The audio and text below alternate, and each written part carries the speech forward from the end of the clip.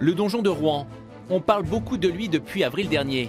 Il faut dire que la mairie a eu la bonne idée d'organiser dans ce monument historique un escape game. Le jeu devait durer 6 mois, mais vu le succès enregistré, il a été prolongé. Les escape games dans les lieux culturels, c'est la grande tendance du moment. Le département de Seine-Maritime en a programmé lui aussi sur 5 sites, notamment au musée Victor Hugo, à Villequier. Donc l'idée c'était d'ouvrir nos portes différemment à nos visiteurs, permettre aux visiteurs d'avoir une visite un petit peu plus ludique, plus interactive, de s'approprier différemment les lieux et les collections. Et dans un troisième temps, l'idée de ce jeu était de permettre l'ouverture de nos sites à un public peut-être peu habitué aux visites traditionnelles de musées ou de sites patrimoniaux. Voilà, on peut fixer là-dessus. C'est une société de renom et spécialisée dans l'escape game qui a été choisie par le département pour organiser cet événement. Venus de Paris, Thibaut et Artem sont chargés d'installer les indices dans plusieurs pièces. Vous avez un indice qui est Léopoldine Hugo Vacry. Et l'idée, en fait, c'est de superposer avec le panneau d'affichage. Et en fait, là, vous avez un nouvel indice qui vous dit de trouver le nombre de chaises. Ce projet a nécessité 1 an de travail pour réaliser sur les différents sites un scénario qui tienne la route. Un scénario en lien avec les figures emblématiques de chaque lieu.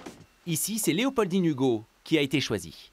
Les joueurs vont devoir partir à la recherche du fantôme de Léopoldine Hugo, qui est la fille de Victor Hugo, et qui est décédée tragiquement dans la Seine juste en face. Et elle est retenue prisonnière de ce fleuve, et les joueurs vont devoir l'aider à revenir au sein de sa maison.